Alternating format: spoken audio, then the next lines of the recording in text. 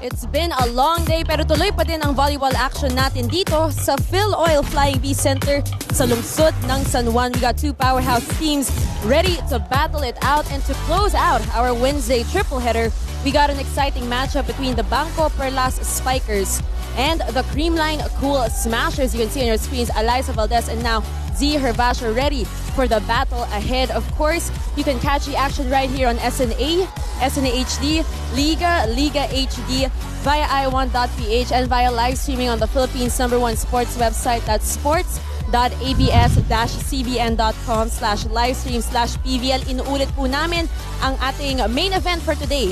Ang BanKo Perlas Spikers lalaban against the Creamline Cool Smashers. And we are live here at the Phil Oil Flying V Center sa lungsod ng San Juan. Ako po si Billy Capistrano at kasama ko ngayon si Rano Ringo and of course our panel at large na si Ann Basa. Now handa na po kami dito kaya simulan na natin ang saya. Ito po ang PVL 2019.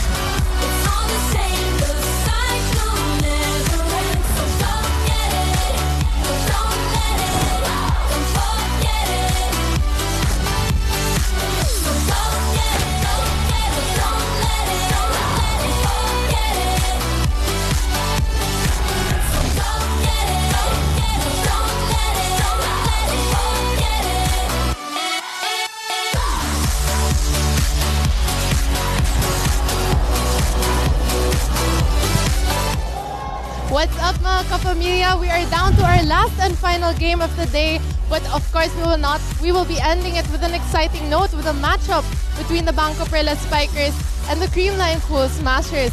Last Saturday, the BanKo Perlas Spikers claimed the win against Air Force in 3 sets after Giselle Tan stepped up for her team, with Jem Ferrer out recovering from dengue. While on the other hand, last Sunday, the Creamline Cool Smashers claimed their 3rd straight win of the season with another sweep against a fairly new team in the league, which is the Chef's Classics. Kaya Billy and Nareen, I'm pretty sure we're going to have another challenging match, knowing that both teams have already played against each other. So I'm curious to see what type of adjustments they would be making in order to claim today's win. Yes, yan ang aabangan natin sa laro natin ngayon. Thank you so much, Anne, for refreshing our minds and for those updates yung sa mga nangyari sa ating dalawang koponan in their previous games. Now, Noreen, given these updates, kamusta na ang kalagayan ng ating current tournament standings? Oh, Billy, it's really been a long day, 2 5-setters today, so we want to share with them, you know, what it looks like in terms of win-loss record. And you can see Creamline at the top 3-0, Pacific Town Army at tough but a win 2-0,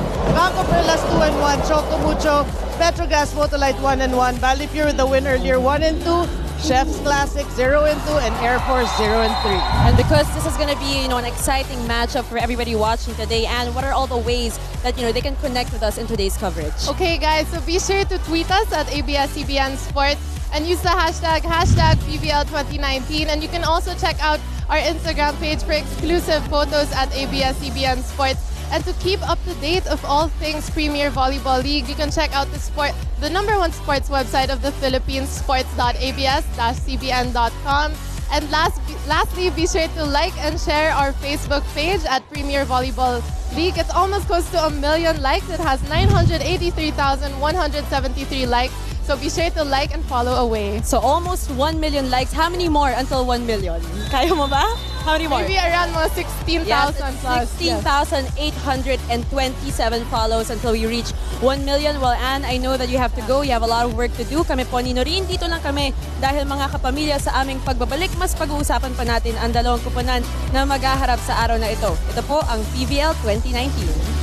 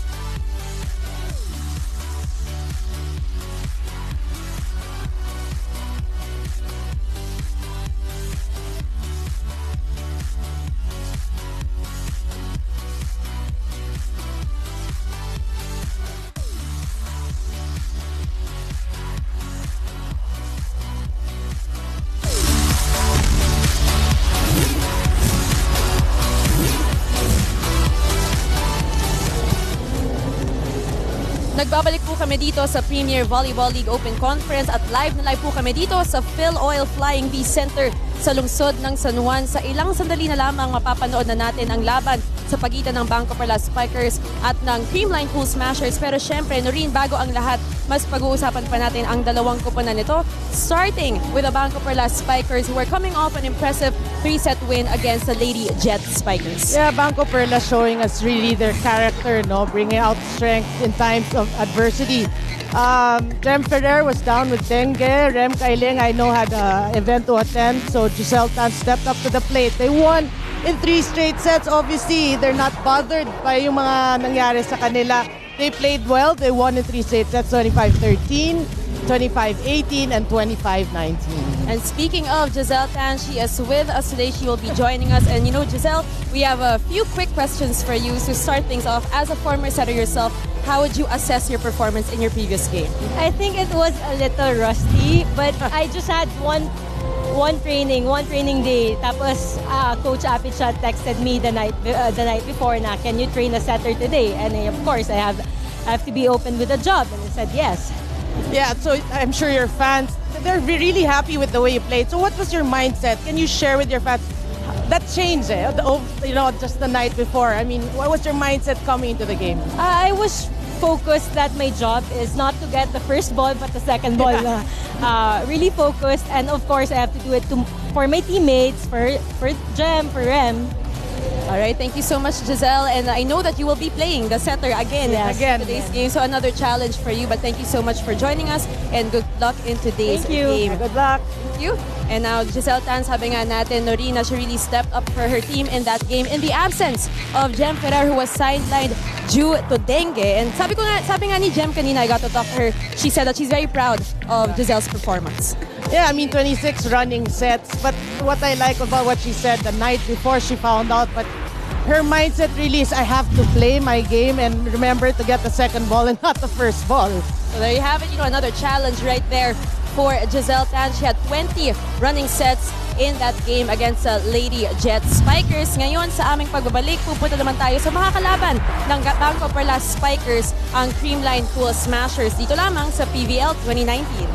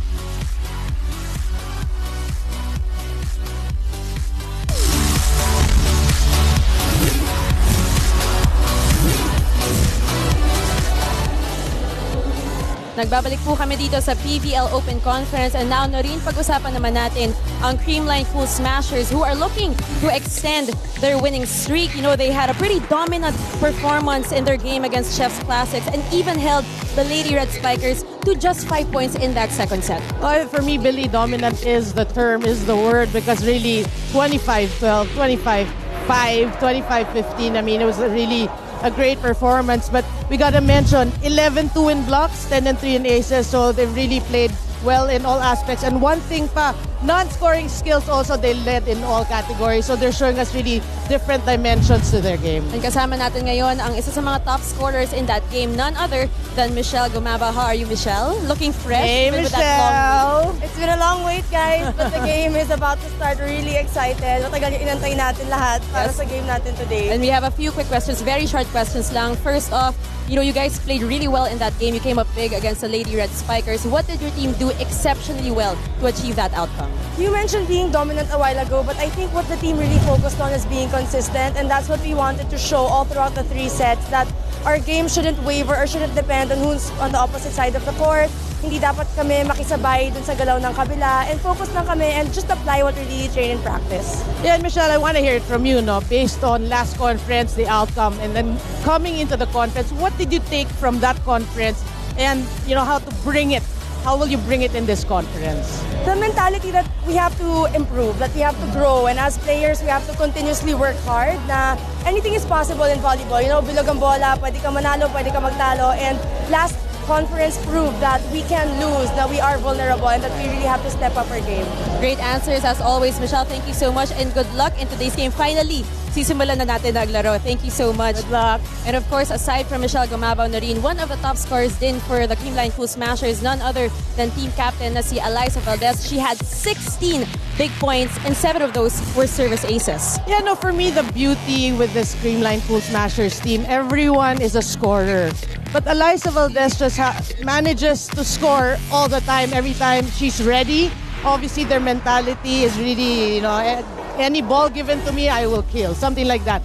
So Eliza is Eliza. Come on. I mean, she is a reliable person. That's why people love her. And it's going to be a very exciting matchup. I'm sure all of you are excited for this game. So please, before anything else, do tweet us at ABS-CBN Sports. Gamit ang hashtag na PVL2019. You can also check our Instagram. That's at ABS-CBN Sports. And please like, share, and follow our Facebook page. Close to 1 million follows. That's at Premier Volleyball League. And to be updated on all things PVL, just go to the #1 sports website here in the Philippines. That is sports.abs-cbn.com/PVL. At yan na nga po, si DJ Jimmy at si DJ Jams. Of course, DJ Jams will be providing the sounds here in the Phil Oil Flying V Center. At mga kapamilya, ito na na rin. Sisimulan na natin ang laban sa araw na ito. Ang BanKo Perlas Spikers makikipagsapalaran na sa Creamline Cool Smashers. Dito lamang sa PVL 2019.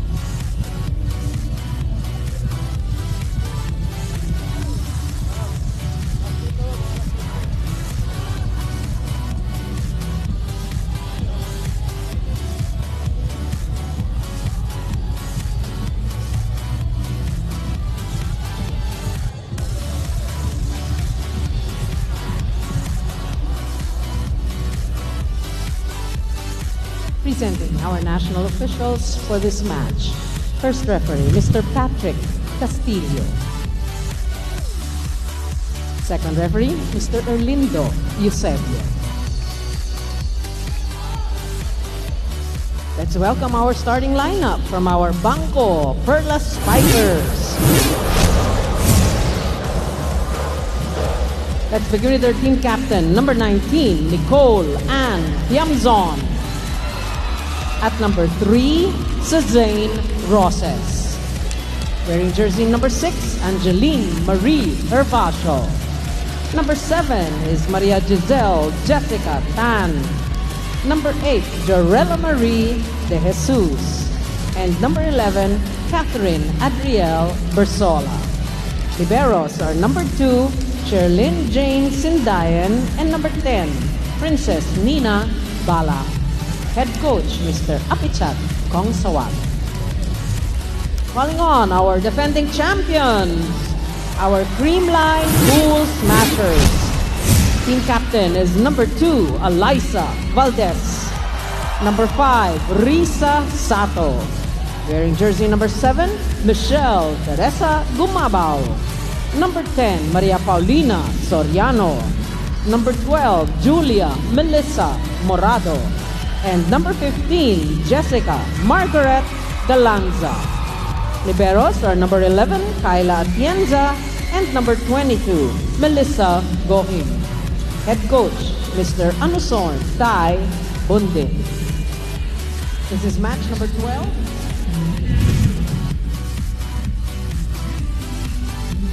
Back here in the Premier Volleyball League Open Conference, and this is a much-awaited game between the BanKo Perlas Spikers and the Creamline Cool Smashers.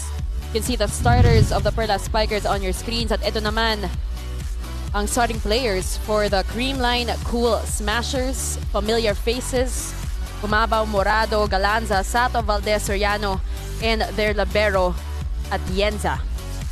If you look at the starters, imagine the pressure on Giselle Tan. Really, I mean, yeah, she played well the previous game, but again, you're playing against the defending champions of the, I think, all Philippines. And the veterans. And the veterans as well. So the pressure is on her shoulder, so it's really a challenge for BanKo Perlas. Early thoughts on this game, Noreen. You know, we were talking about BanKo Perlas Spikers, their first game. Now, this is that conference that pwede nang ipakita, you know, what they're really capable of. Since in the reinforced conference, they hardly depended on their imports. Yeah, I mean, if the pressure's on Giselle Tan, for me, for the rest of the players, dapat wala. Because, you know, it's not your core 6 or core team playing. You're actually experimenting. So just play loose. And again, if Nicole and Z Hervasio can play well, you never know. There may be a surprise somewhere. I guess, ties the set. There you have it. Both our squads now with 1 point apiece. And syempre dahil holiday, nagsaan naman yung mga tao dito sa Phil Oil Flying V Center. You got fans of the BanKo Perlas Spikers and the Creamline Cool Smashers who have been waiting for this game for quite a while now. I actually salute the fans. You're right. Very patient. They were very patient and then just enjoying the games before this, but they stayed, they waited, and now they're there. They're enjoying. Pero grabe rin naman yung 2 previous games before this. So tignan natin kung makakapag 5 sets ba tayo dito. Yan ang aabagan natin. Well, set number 1, Cool Smashers with an early lead, 2-1. Alyssa serving. Tan will set up Chamzon. Nandoon si Atienza. Great dig. Yep. Here comes Atienza, tataas, and will send it to the other side. Tan this time once again to Bersola. No-go. Balik sa BanKo Perlas Spikers. Alyssa to Gia. To Pao Soriano. Great dig by Nina Balang. Morado pupunta kay Gemma Galanza. Soft touch.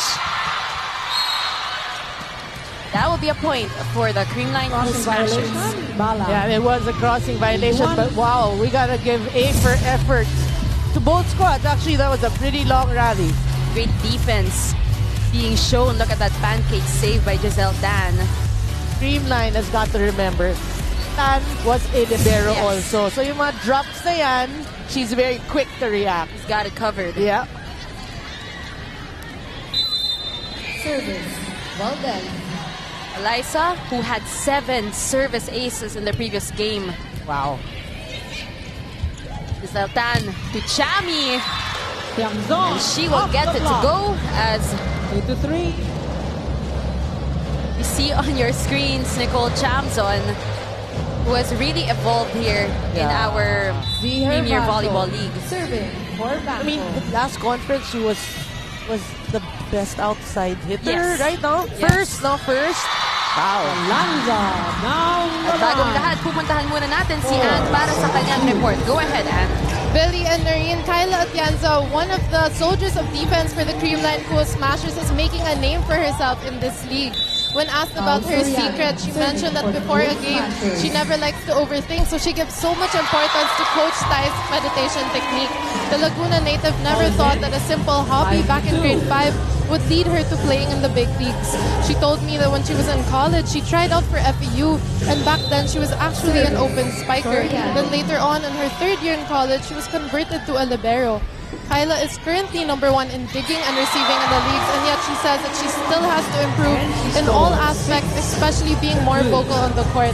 With this, I can't wait to see what else this talented player can bring to the table. Back to you, Billy and Noreen. Thank you so much, Ann, and I agree with you on that one. I really can't wait to see more of Nina Balang, #1 in the league. Wow, at 19 years old against the big shots like Sagohing, Kyla Atienza.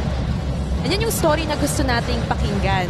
Yeah. And if you hear a lot of interviews, really, the stories behind these players, hard work really is key to achieving what you want because you can. And clearly, we can see that in Nina Balang as we get back to this game. Cool Smashers That's an ace. with a 2-point 4, lead. Care of 6. that service ace from Kathy Bersola. She cuts the lead down to 2. Kathy Bersola. I was asking my nephew because they're in the same school. No? So I go, Kathy's playing today? Question mark. I think so. Yeah, she is. Future doctor Kathy Blanc, Bersola, +1 juggling for the Cool med school, Smashers. and of course the semi-pro leagues. Really, di ba? I mean, med school. That's discipline for you. Wow. Serving for Creamline. Michelle Gumabaw getting ready to serve for the Cool Smashers. Great serve. Dan will go back to Chami. She puts it away. The block. 5-7. That's a good sign for me. For BanKo Perlas, that's a good sign, no? Although you're down by 2, you're still there. That's 2019 Reinforced Conference first best outside spike. We talked about her evolution, really. And it's a good sign, not that, but it's a good sign if they can keep up with Creamline. And with that, we will go to our first technical timeout of set #1. Magbabalik po ang PVL 2019.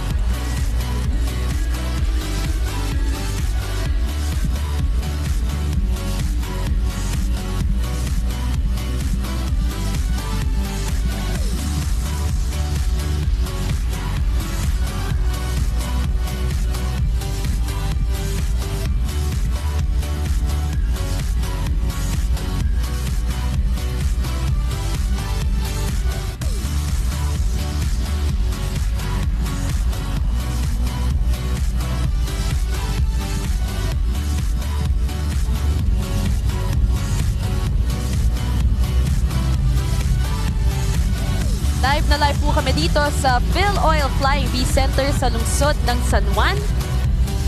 And we got Bright Aquedi and Kiefer Ravena in attendance here watching this game between the BanKo Perlas Spikers and the Creamline Cool Smashers. Of course, Kiefer supporting the Cool Smashers, specifically Eliza Valdez. Yep. Right now, the Cool Smashers with a 3-point lead. And we want to wish him luck. I know he can play anytime soon, no? Like A few days. right? So we support you, and of course your mom. Magalanza serving. But that will be a point right here for the Cool Smashers. Yeah, good effort. Good effort though. Good hustle Yeah. showed by the Perlas Spikers. Yeah, but for BanKo right now, what you don't want to see is they're struggling in terms of first pass. You know, a lot of shanks there. So if you gotta help your setter. Remember, how many times have she practiced as a setter? So yeah, you gotta help her. You gotta pass better. Jesus. Look at that attack by Risa Sato coming alive here in set #1. We're gonna take a look at that one more time. And that block rather by Risa as we go to a timeout called by the BanKo Perlas Spikers.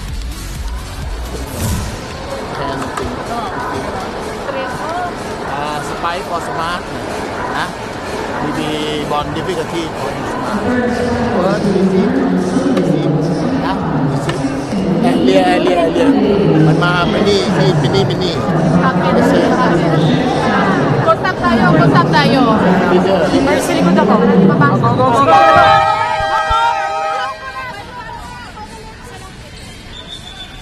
So you have it, communication is key right here for the BanKo Perlas Spikers as they said so in their timeout. And we have Tots Carlos in attendance here in this game, and Madam Charo Soriano. Back at the Charo service covered zone. that Yeah, first the first game, that very long first game Epic first set. that spanned around 3 hours, if I'm not The mistaken. first game, but the first set was 51 Yes. minutes. Are you kidding me? Nahabulin ni Eliza pero ang puntos mapupunta dito Vasho sa of the BanKo hand of Perlas Atienza. Spikers, 6-10. cutting that lead to 4 points. Well, they gotta work on again their first ball so that they can convert. Seltan can show her stuff as a setter. And the point Vasho on the for the regalo. Perlas Spikers 7-10. once again. And I think dapat outside na yung serve. Kaya lang, yan, nahula ni Michelle Gumabaw. Well, when in doubt, he followed the ball. Gemma Galanza for Vasho to Ella De Jesus. Good Close save. call. Valdez, soft touch. Valdez, Saw that donut hole in the hold. defense of 11, the Perlas Spikers and 37. capitalized on it. Yeah, De Jesus probably saying, I've seen this so many times since our Ateneo days. Substitution. BanKo. 5 out. Got some 8 substitutions. Out. Pumuna si Chesson Dayan and Ella De Jesus. Papasok si Sue Roses and Ana Gubico. Ano Gupico, also from Ateneo. Yes. And she actually started in that previous game. Serving for Creamline. Well, we're just hoping that she's healthy. I know she's been struggling and battling a lot of injuries. I remember correctly, she did mention she was at 50%. Oh. 8-11. Maybe just trying to take it one game at a time, trying to see how she feels, Yeah. getting that confidence more than anything back. Yeah, that's the biggest issue, coming from like major injuries. Back to this game, two smashers at 11, BanKo Perlas at 8. Gia Morado back set to Pao Soriano. Ball is still alive. Here comes Z straight to the net. Hit the net. 12. If she could have that back, we know she would have done things differently. Pero gaganda yan mamaya si Z. Yeah. He's also been one of the top scorers in the last 3 games for the Perlas Spikers alongside Champ. Yep. Gia Morado, the 2019 Reinforced Conference best setter with a service ace. 13. Well, she's also known for her serves, no? But obviously si Eliza with that 7 service aces, parang, okay, let's talk about some other category. But Gia's also had a tough serve ever since. And she will try one more time. Positional fault. But that will be a violation called on the Perlas Spikers. Yeah, positional fault. And I was looking at Coach Tai actually calling that out. He knew it as soon as the whistle. Second referee blew his whistle. They are discussing things. Of course, BanKo Perlas not too happy with that call. He trying to pacify things.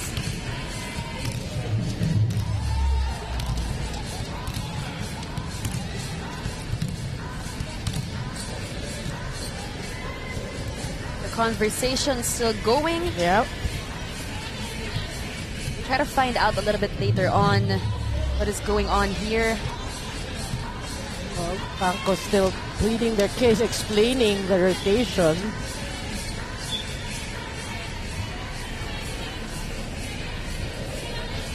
Okay, so the call stays. The call stays and the game continues. Now let's all move along. Let's move on. 14 serving 8, Gia Morado. Another good serve. Tan to Bersola. Big attack. Bersola. 9-14. Yeah, using her quickness there. Quick attack by Kathy. Let's take a look at that one more time. Chami gets it. Tan.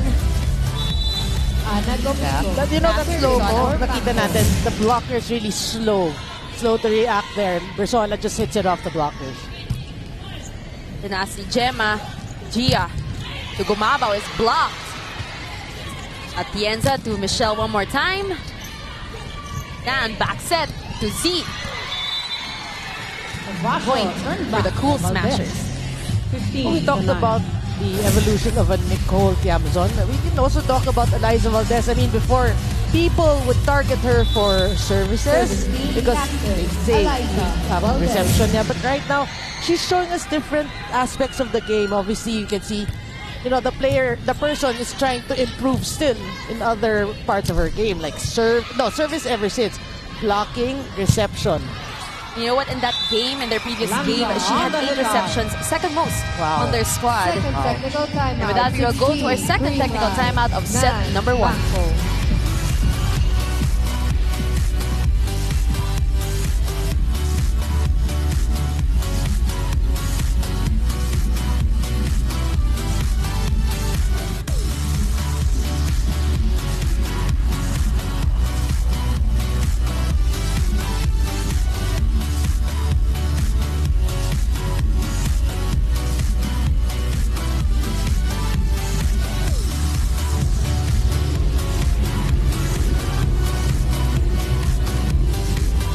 Live po kami dito sa Phil Oil Flying V Center, and you can see on your screen si DJ Jams waking everybody up with his music. You can also see DJ Jimmy right beside him.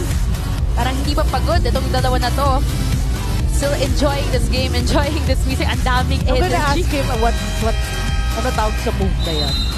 Tanong natin mamaya. Melting ba yun? Melting. Tanong natin mamaya. Meanwhile, yung mga fans of BanKo Perlas Spikers parang hindi naghintay ng matagal with all that energy that they are giving. Substitution. Especially sharing it with their favorite players. Nicole Chamson and Rem Kailing checks in. Yeah. Magpapahinga muna si Giselle Tan after working hard. Yeah, but Rem Kailing really is the second setter for BanKo Perlas. But it's good to see Jem Ferrer in uniform, you know, after having bout with dengue. As you were saying, that itong si Eliza Valdez, a service ace for her. Hindi pa tapos yung 7 service aces niya sa nakaraang laro. And she's making her statisticians really work hard. Right now, we are at 17-9 in favor of the Creamline Cool Smashers. Reverse set to Gumabaw. No go. Tinaas ni Badang. Pupunta kay Chami. Oh, good take. And Michelle Gumabaw. And she did say when I was talking to her in the dugout a while ago, she was excited to finish this game. To finish. Because they waited so long, no? Kitang-kita naman as we go to a timeout called by Coach Kong Sawat.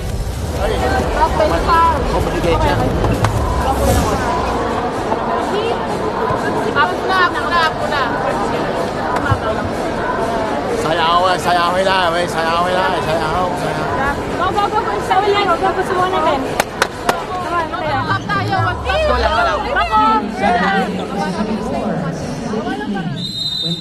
Coach Apichat Kong Sawat really trying to break that momentum. Yeah. That's Creamline versus The side of the Creamline Cool Smashers, they are now at 18. So 9 points na po ang lamang ng Creamline kontra sa BanKo Perlas. The lead just ballooned so fast. So we were talking about earlier that BanKo doing a good job keeping it close, you know, challenge Creamline, then bam, bam, bam, bam, and it's 18-9. And another point here for the Cool Smashers. attack called on Kailing. Another violation called on the Perlas Spikers. Substitution. BanKo 6 out 1. Doromal in. Yeah, Doromal at substitution for BanKo. Doromal in for Zihir Vasho. Service. Valdez. Gonna make some adjustments here in this game. And Coach Roger Gurayev. Yeah, hello, Coach Also Roger. there. Galanza guarding the net. A smart move by Gemma Galanza. Take a look at our score right now. Noreen, what can you say? 20-9 as Coach Roger waves hello. Service. Nakita rin natin si Phil Cayetano. Yeah. No, really, we said earlier that they were struggling. Talking about BanKo Perlas in terms of first ball. There you go, case in point. The last 3 points were Shaq's. they really have to check that. You cannot be receiving that way and expecting your setter to create miracles. You gotta help your setter. Nagkakagulo na nga sa side nitong BanKo Perlas Spikers habang ang Creamline Cool Smashers naman holding on to a very comfortable lead. And you know what? Alyssa Valdez and those service aces right on cue. 22-9. All aspects of the game, I'm telling you, even serving. But she has, you know, even when she was in college, service was really one of her specialties already. Unfortunately for Alyssa, that will be a service error. And a momentum shift rather here for the BanKo Perlas Spikers, a chance for them. No, that's what they're hoping. Going. Yeah, that's what they're hoping about BanKo. But they've got to work hard for it. I always say that they have to start with 1 point, back to basic. And take it from there. Yeah, take it from there. Naabol ni De Jesus. Sandayan. Here comes Pao Soriano. Kailing. Lucasi Bersola. Ball is still alive. Galanza.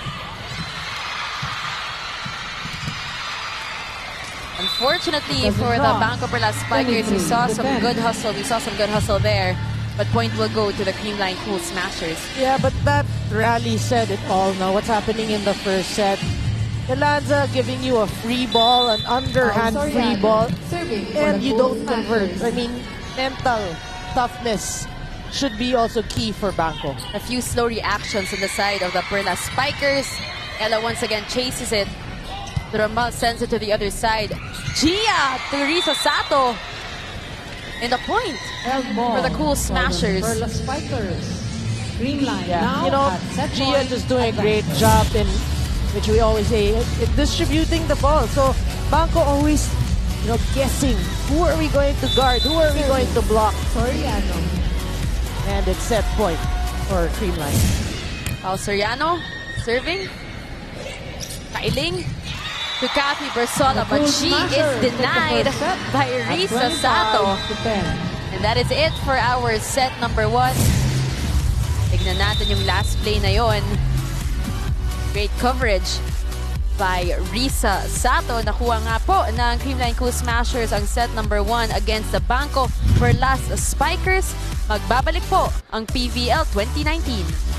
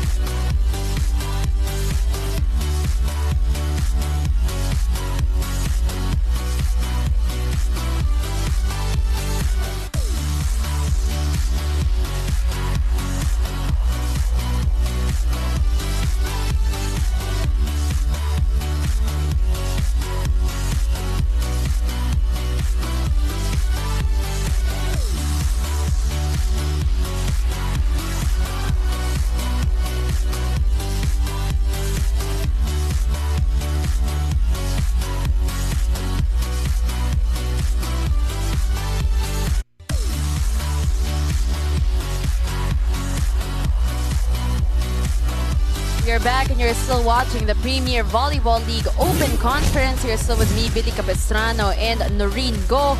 And what a set that was for the Creamline Cool Smashers. Noreen, the BanKo Perlas Spikers kept it pretty tight in the early stages of set number 1.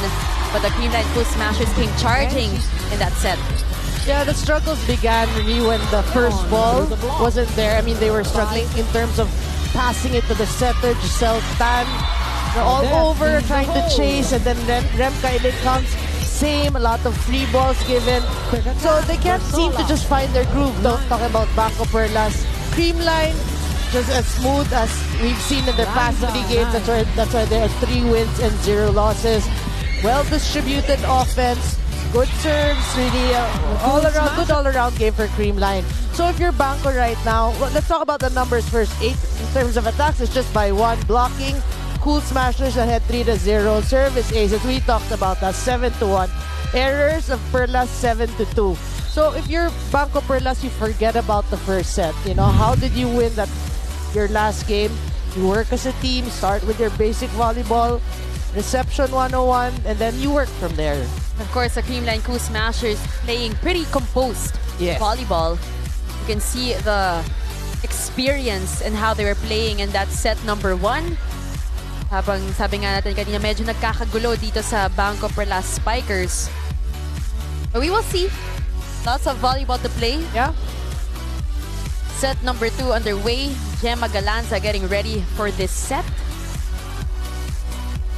And also that's why Creamline has got a lot of fans also. Obviously, they're not just offensive-minded.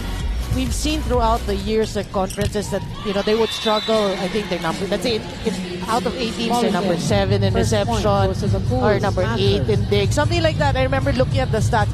But so far in this conference, we can see they have been outplaying their opponents also in non-scoring skills. So obviously the off-season and even during practice, they're working on, you know, these non-scoring skills, reception, digs. And that's pretty important, you know, continuously progressing and not being complacent, even if they are always one of the top teams in every conference. They will give that point to the BanKo Perlas Spikers. Walang huminga doon. 1-1. Z, give it to me. Check, check, check, check. So we'll take a look at it one more time. Ziher Basho serving for the Perlas Spikers. Clearly a check. Foul Soriano, but that will be a service error on the part of Z. And we will go to Ann Basa for her report. Billy and Noreen, did you guys know that Sue Rosa is one of the key spikers for BanKo Perlas? And the player known for her signature running move has been playing since she was grade 6. Her mom, who's a former Lady Falcon, actually taught her how to play until one day her PE teacher invited her to join the varsity team. From then on, people started to notice Sue's potential and talent, which eventually landed her a scholarship in the University of the East.